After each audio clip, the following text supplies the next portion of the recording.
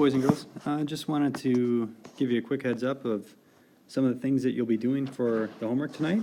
So we'll send this in video form to you a couple different ways. Let's look at number 10 on page 92. It's lesson 4.1.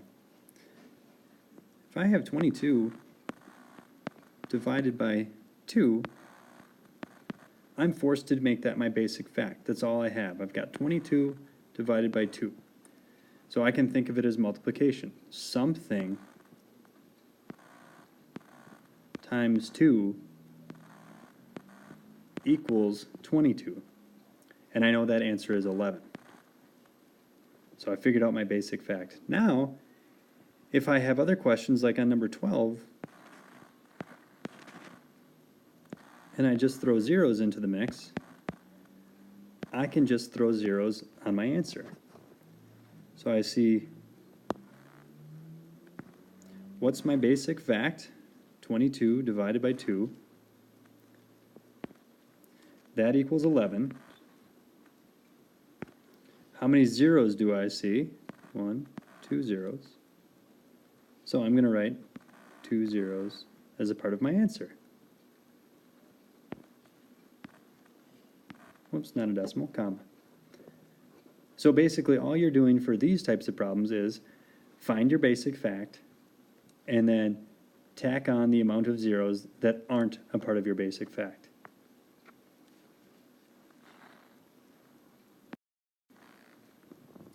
What if you get one that looks like this?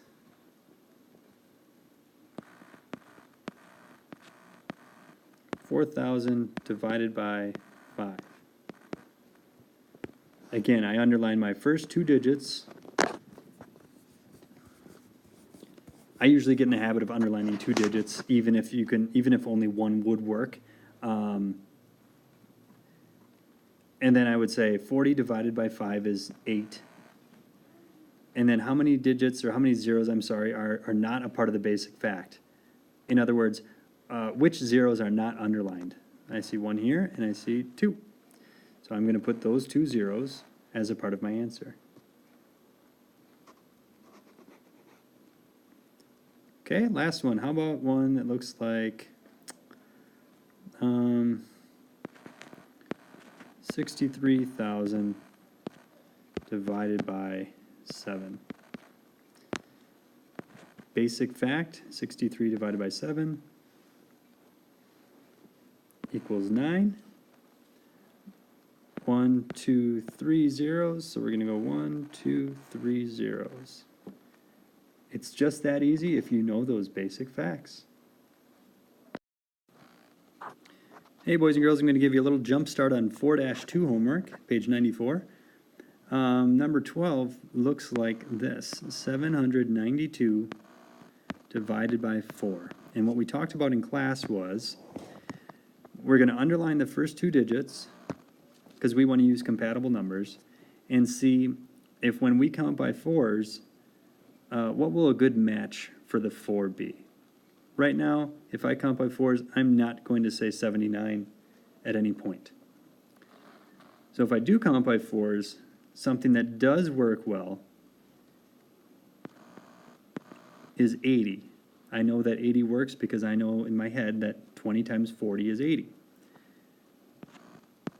The numbers that I don't underline, or the digits I don't underline, become a 0. And then, of course, I leave my divisor alone. Now, this looks a lot like the problems we did earlier. So I can either take it as 80, or I can take it as 8, either way. I'll show you what it looks like just taking the 8, because it's a little different than we're used to. 8 divided by 4, I can do this because the 8 is bigger, so I can do this type of problem, is 2.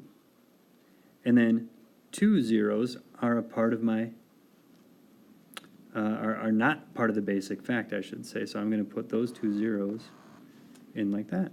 200. Does 200 make sense? 200 times 4 equals 800. Yes.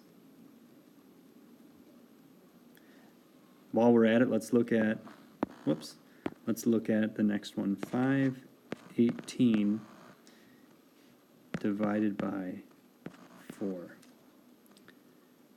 Now you could underline just the 5 and say, oh, that could work because 5 is bigger.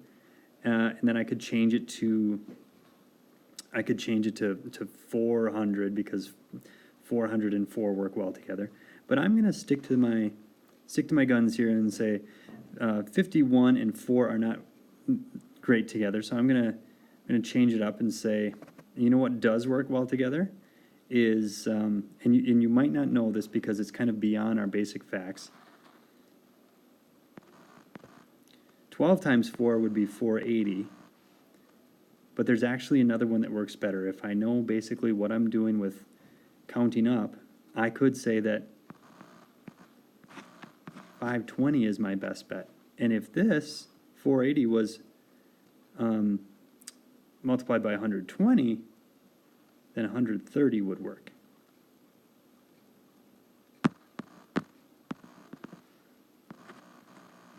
So 52 divided by 4 equals 13.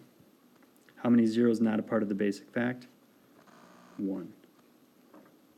So a little more confusing, but either way will get you close.